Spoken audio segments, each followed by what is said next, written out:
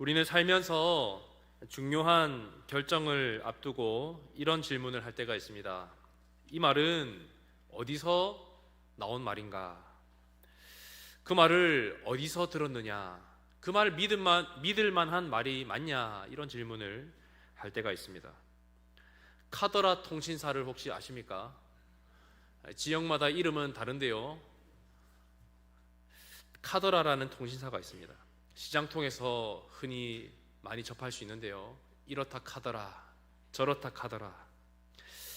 그런 말의 무게와 공식 언론사에서 발표한 말의 무게는 전혀 다릅니다. 말의 내용보다 그 말이 가진 배경과 그 말의 출처가 우리의 선택을 좌우할 때가 많이 있습니다. 몸이 아플 때를 떠올려 보면 더 그렇습니다. 길에서 우연하게 들은 민간요법과 병원에서 의사 선생님이 진찰 후에 말하는 그 치료 방법에 대해서도 우리는 전혀 다른 무게로 받아들입니다. 누군가는 이렇게 하면 낫더라 카더라 이렇게 말을 하지만 의사는 이렇게 해야 합니다. 이렇게 해야만 살 수 있습니다. 라고 말합니다.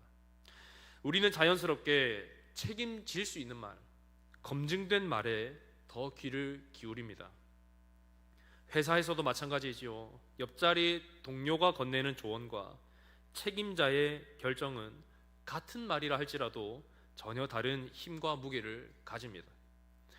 회의 자리에서 누가 한 말인지에 따라서 회의 분위기가 달라지고 그 말이 실제 행동으로 이어질지 말지가 결정됩니다. 우리는 의식하지는 않지만 늘 그 말의 출처를 따지며 살아가고 있는 것입니다. 신앙도 이와 다르지 않습니다. 우리가 붙들고 있는 이 믿음이 과연 어디서 온 믿음인지에 따라서 우리 신앙은 전혀 다른 방향으로 흘러가게 됩니다. 하나님께로부터 온 믿음인지 아니면 사람이 만들어낸 이야기인지에 따라서 우리의 신앙의 깊이는 깊어지기도 하고 송두리째 흔들리기도 합니다. 하나님께로부터 온 믿음은 우리를 하나님 앞으로 이끌지만 사람이 만들어낸 믿음은 결국 사람의 기준과 판단 앞에 우리를 세웁니다. 겉으로는 비슷해 보여도 시간이 지날수록 그 차이는 삶의 태도와 선택 속에서 분명하게 드러납니다. 앞서 바울은 다른 복음은 없다라고 분명하고 단호하게 선언한 바 있습니다. 바울은 갈라디아 교회를 향해서 조금도 여지없이 말합니다. 복음은 하나뿐이며 다른 복음이라고 불리는 것은 사실 복음이 아니다라고 분명하게 선언했습니다.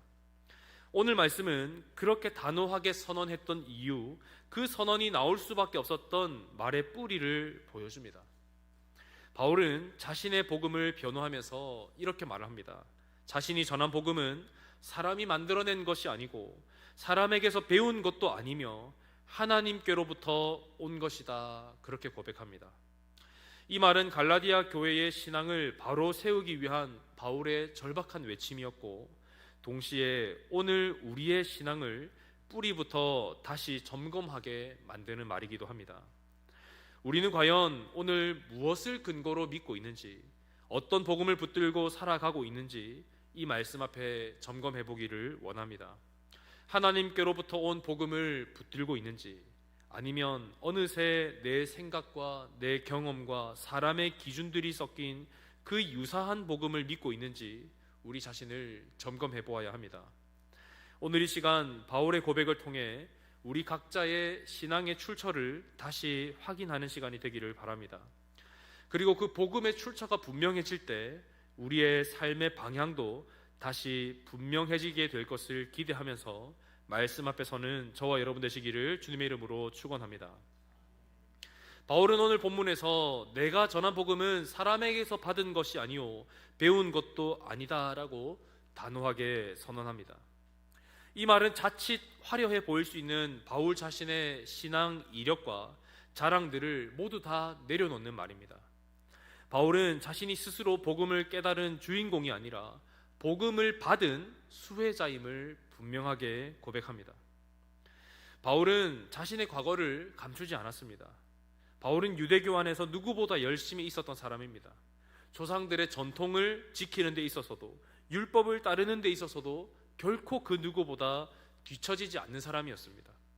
오늘로 말하면 신앙의 명문 가문에서 태어났고 신학 훈련도 충분히 받은 고학력자였으며 종교적인 열심도 누구보다 앞섰던 그런 사람입니다. 누구든지 바울의 이력을 보았다면 충분히 존경할 만한 그런 사람이었을 것입니다. 교회 안에서였다면 칭찬받고 인정받고 그 교회의 지도자로 세워질 만한 조건을 다 갖춘 그런 사람이었습니다. 그런데 바울은 그 모든 것들이 복음의 근거가 될 수 없다라고 선언합니다. 오히려 바울은 그 열심이 하나님을 대적하는 방향으로 흘러갔음을 고백합니다. 열심은 있었지만 방향이 틀렸고, 신앙은 있었지만 중심이 빗나가 있었기 때문입니다. 하나님을 위해서 하는 일이라고 생각했지만 실상은 하나님의 영광을 가로막는 일이었기 때문입니다. 바울이 예수 그리스도를 만난 사건을 보면 어떻습니까? 바울이 노력해서 예수님을 만난 것은 결코 아니었습니다. 바울은 예수님을 간절히 찾고 있었던 사람도 아니었고 복음을 연구하던 사람도 아니었습니다. 오히려 바울은 예수 그리스도를 대적하고 교회를 박해하는 그 길에 가장 앞장서 있던 사람이었습니다. 마치 이슬람의 급진 무장단체 IS의 수장처럼 자신과 가치관이 맞지 않는 사람이라고 판단되면 누구든지 찾아내서 기어코 죽여버렸던 그 살벌한 테러리스트, 그런 사람이 바로 사울 곧 바울이었습니다. 그런 바울을 하나님께서 일방적으로 찾아오셨습니다. 바울의 선택에 의해서가 아니라 하나님께서 일방적으로 바울을 택하셔서 찾아오십니다. 바울의 결단으로 하나님이 찾아오신 것이 아닙니다. 하나님이 일방적으로 바울의 삶에 개입하십니다. 그래서 바울은 복음을 이렇게 이해합니다. 복음은 인간이 노력하고 공부하고 연구해서 뭔가 올라가서 내가 붙잡아야 되는 것이 아니라 하나님께서 아래로 내려오셔서 주시는 선물이다. 그렇게 바울은 복음을 이해합니다. 인간의 깨달음이 아니라 하나님의 계시이고 인간의 노력의 결과가 아니라 하나님께서 일방적으로 주시는 은혜다라고 바울은 이 복음을 이해하고 있습니다. 11절, 12절 말씀을 같이 읽어보겠습니다. 시작. 형제들아, 내가 너희에게 알게 하노니 내가 전한 복음은 사람의 뜻을 따라 된 것이 아니니라. 이는 내가 사람에게서 받은 것도 아니요 배운 것도 아니요 오직 예수 그리스도의 계시로 말미암은 것이라. 아멘. 이 지점에서 갈라디아 교회의 문제가 분명하게 드러납니다. 갈라디아 교회 성도들은 복음을 부정하지는 않습니다. 여전히 예수 그리스도로 고백하고 믿음을 말합니다. 그런데 그 복음의 출처를 조금씩 사람 쪽으로 옮기고 있었던 것입니다. 복음을 이해하고 복음을 설명하고 체계화하고 보완하려는 그 과정 속에서 하나님이 아닌 사람이 그 복음의 중심에 서기 시작하는 겁니다. 예수 그리스도를 믿는 것만으로는 어딘가 조금 부족해 보입니다. 믿음만으로 하나님의 백성이 된다는 것이 너무 가볍게 느껴지는 겁니다. 그래서 그들은 그 믿음이라는 것 위에 할례를 더합니다. 은혜 위에 행함이 들어가는 그 율법을 더 얹으려고 하는 겁니다. 복음을 부정하지는 않습니다. 그러나 복음만으로는 부족하기에 이것저것을 더 추가하려고 합니다. 왜 그런 시도를 합니까? 은혜가 너무 자유롭기 때문입니다. 아무것도 하지 않았는데 단지 믿는다는 이유 하나만으로 구원받는다는 사실은 기쁨임과 동시에 불안이 되었다는 겁니다. 왜냐하면 내가 이만큼은 했다라고 말할 수 없고 내가 여기까지 왔다고 증명할 수가 없기 때문입니다. 그래서 사람은 은혜를 말하면서도 그 은혜를 확실하게 손에 붙잡을 만한 무언가를 더하고 싶어 합니다. 이것만은 해야 안심이 되고 이것을 해야만 내가 안전하다라고 느끼기 때문입니다. 갈라디아 교회의 유대주의자들이 바로 그 지점을 파고들었습니다. 믿음이 중요하다라는 말에 동의를 하면서도 그런데 이것도 더 해야 되지 않겠느냐라고 말하는 겁니다. 할례는 단순한 종교의식이 아니라 눈에 보이는 확실한 증거이고 율법은 신앙을 측정할 수 있는 기준이다라는 말로 포장을 하는 겁니다. 이렇게 갈라디아 교회에 전해졌던 복음은 점점 하나님께서 일방적으로 주시는 선물, 곧 은혜가 아니라 사람이 노력해서 얻어낼 수 있는 그런 인간적인 차원의 것으로 바뀌어가고 변질되어 가고 있었던 것입니다. 이렇게 복음의 출처가 하나님으로부터 사람으로 옮겨가면 어떤 문제가 발생합니까? 이제 신앙은 누가 더 은혜를 붙들고 있는가의 문제가 아니라 누가 더 율법을 잘 지키는가, 이 문제로 변화되게 됩니다. 자유는 사라지고 비교가 시작됩니다. 감사가 줄어들고 평가가 자리 잡게 됩니다. 그렇게 되면 복음은 더 이상 우리를 살리는 소식이 아니라 서로를 감시하고 우리 자신을 스스로 올가매는 올무가 되어버리고 맙니다. 오늘 우리의 신앙도 다르지 않습니다. 우리는 복음을 믿는다고 말하지만 실제로는 내가 이해할 수 있는 만큼만 받아들이고 있지는 않은지 돌아보아야 합니다. 하나님께서 주신 말씀보다 내가 납득할 수 있는 말, 내가 감당할 수 있는 수준의 요구만 붙들고 있지는 않았는지 스스로 질문해야 합니다. 복음이 나를 판단하는 것이 아니라 내가 복음을 판단하는 자리에 서 있을 때 이미 그 복음의 출처는 흐려지기 시작한 것입니다. 바울은 바로 그 지점을 지금 지목하고 있습니다. 이제 바울은 복음의 출처가 분명할 때 복음이 그 사람의 태도와 삶을 어떻게 바꾸는지를 보여주기 위해서 다음 이야기로 나아갑니다. 복음이 하나님께로부터 온 것이라면 그 복음은 사람의 눈치를 보지 않게 만들며 우리의 삶을 전혀 다른 방향으로 이끈다는 사실입니다. 바울은 복음의 출처를 분명하게 말한 뒤에 자신의 행보를 설명합니다. 바울은 복음을 받은 이후에 곧바로 예루살렘으로 올라가서 사도들에게 확인받지 않았다라고 말합니다. 이 말은 교회를 무시했다는 뜻이 아닙니다. 복음의 권위가 사람에게 있지 않다라는 사실을 분명하게 하기 위함이었습니다. 17절 말씀을 한번 같이 읽어보겠습니다. 17절입니다. 또 나보다 먼저 사도된 자들을 만나려고 예루살렘으로 가지 아니하고 아라비아로 갔다가 다시 다메섹으로 돌아가노라. 아멘. 바울은 복음을 어떤 다른 사람들에게 승인받아야 하는 그 정도 메시지로 여기지 않았습니다. 왜냐하면 복음은 누군가의 허락을 받아야만 효력을 갖는 말씀이 아니라 하나님께서 이미 이루어 놓으신 일을 선포하는 말씀이기 때문입니다. 그래서 바울은 서둘러 사람의 인정을 구하지 않고 자신의 사역을 정당화하려고 애쓰지도 않습니다. 복음은 다수결로 정해지는 것이 아닙니다. 복음은 신앙의 연수가 쌓이면 더 높은 차원으로 업그레이드 되는 그런 차원의 것도 아닙니다. 직분을 받을수록 복음이 더 힘을 얻는 것도 아닙니다. 복음은 하나님께서 단번에 주신 진리이고 우리가 무엇을 더하거나 빼거나 조정할 수도 없는 이미 그 자체로 완전한 하나님의 말씀입니다. 그래서 바울은 사람의 평가를 기준 삼아서 움직이지 않았다라고 설명하고 있습니다. 사람들과의 관계를 계산하지 않고 분위기를 살피며 말을 조절하지도 않습니다. 왜냐하면 바울은 복음 앞에서는 타협이 아니라 오직 순종만 필요하다라는 것을 분명하게 알았기 때문입니다. 이 태도는 안디옥 사건에서 더욱더 분명하게 드러나는데요. 갈라디아서 2장을 보면 바울이 베드로를 책망하는 사건이 나옵니다. 여러분, 베드로가 처음에는 이방인들과 아무 거리낌 없이 믿음 안에 교제했습니다. 복음 안에서 하나 된 공동체의 모습을 자연스럽게 살아내고 있었습니다. 그런데 유대인들이 온다는 소식을 듣자 베드로의 태도가 달라집니다. 베드로는 점점 이방인들과 거리를 두기 시작하고 이방인들과 함께 하던 그 식사 자리를 도망칩니다. 말로는 복음을 부정하지 않았지만 그의 행동은 복음의 방향과 어긋나 있었습니다. 바울은 이 장면을 그냥 지나치지 않고 베드로를 공개적으로 책망합니다. 개인의 감정의 문제 때문이 아니라 이 복음에 관한 문제였기 때문입니다. 복음은 입술로만 고백하는 진리가 아닙니다. 복음은 우리의 태도와 우리의 선택과 우리의 행동 속에서 일관되게 드러나야 하는 진리입니다. 말과 삶이 달라지는 순간 복음은 이미 흔들리고 있는 것입니다.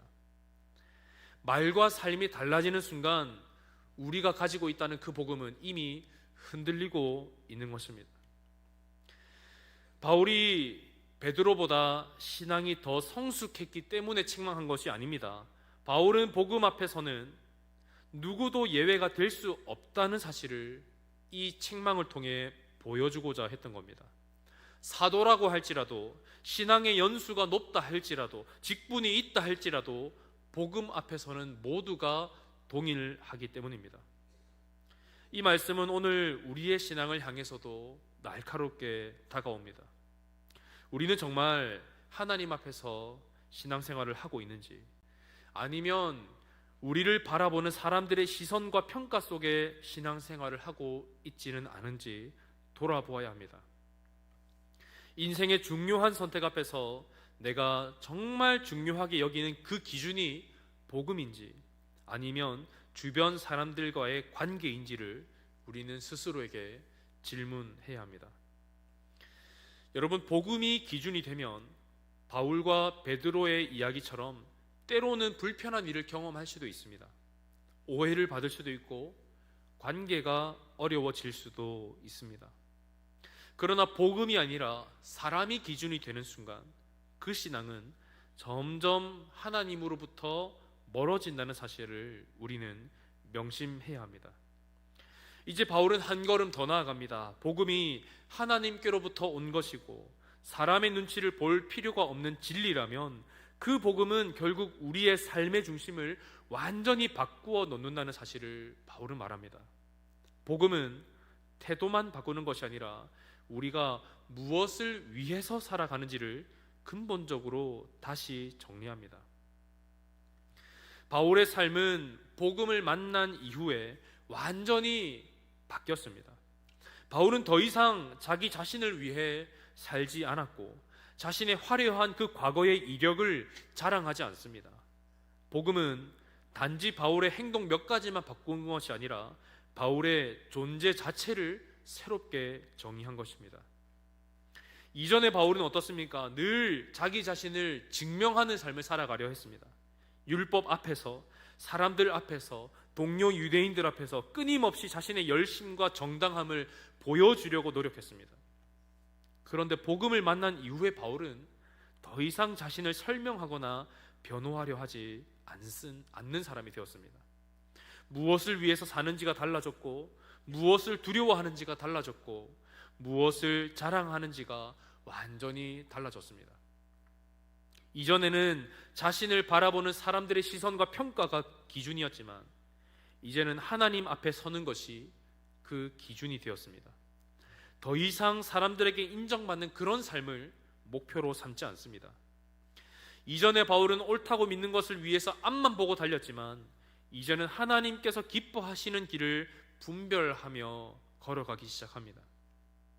이전에는 자신이 하는 일이 옳다라는 것을 애써 증명하려 했지만 이제는 자기 자신에게서 그 무엇도 드러내지 않으려 합니다. 그저 자신의 삶에 하나님의 은혜가 얼마나 크게 임했는지만을 증거하는 삶을 살아갑니다. 갈라디아 교회는 바로 이 지점에서 흔들리고 있었습니다. 여전히 복음을 말하고 여전히 예수님을 믿는다고 말을 하지만 그 기준이 율법과 사람들의 평가로 다시 돌아서고 있었기 때문입니다. 율법을 얼마나 잘 지켰는가, 할례를 받았는가, 사람들로부터 인정받고 있는가, 그런 것들이 신앙의 기준이 되어가고 있었습니다. 복음이 중심에 있는 것처럼 보였지만 실제 그 삶의 중심의 무게는 전혀 다른 곳으로 옮겨가고 있었던 겁니다.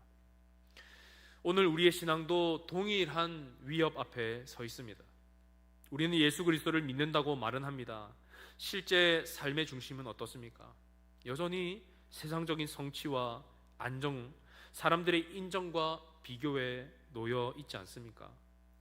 우리의 신앙이 삶의 중심에서 방향을 잡아주고 있는지 아니면 어려운 현실을 견디게 해주는 그 위로 정도로만 사용되고 있지는 않은지 우리는 오늘 말씀 앞에서 우리의 믿음과 신앙을 한번 돌아보아야 합니다.